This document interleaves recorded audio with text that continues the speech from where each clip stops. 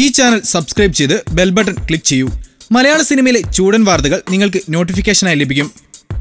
Dislike ചെയ്യുന്നവരോട് പ്രിയ വാര്യർക്ക് പറയാനുള്ളത് ഇതാണ്. മലയാളത്തിലെ യുവനായിക പ്രിയ വാര്യരുടെ ആദ്യ ബോളിവുഡ് ചിത്രമാണ് ശ്രീദേവി ബംഗ്ലാവ്. ചിത്രത്തിന്റെ ടീസർ കഴിഞ്ഞ ദിവസം റിലീസായിരുന്നു.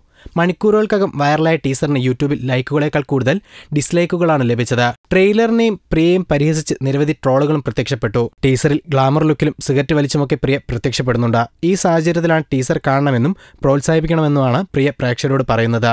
ആദ്യമായി ബോളിവുഡിൽ അഭിനയിക്കുന്നതിന്റെ ആവേശത്തിലാണ് താനെന്നും അതിൻ്റെതായ പരിഭ്രമമുണ്ടെന്നും താരം പറയുന്നു. ടീസർ കാണാനും ഞങ്ങളെ പിന്തുണയ്ക്കാനുമാണ് എല്ലാവരോടും പറയാനുള്ളത്.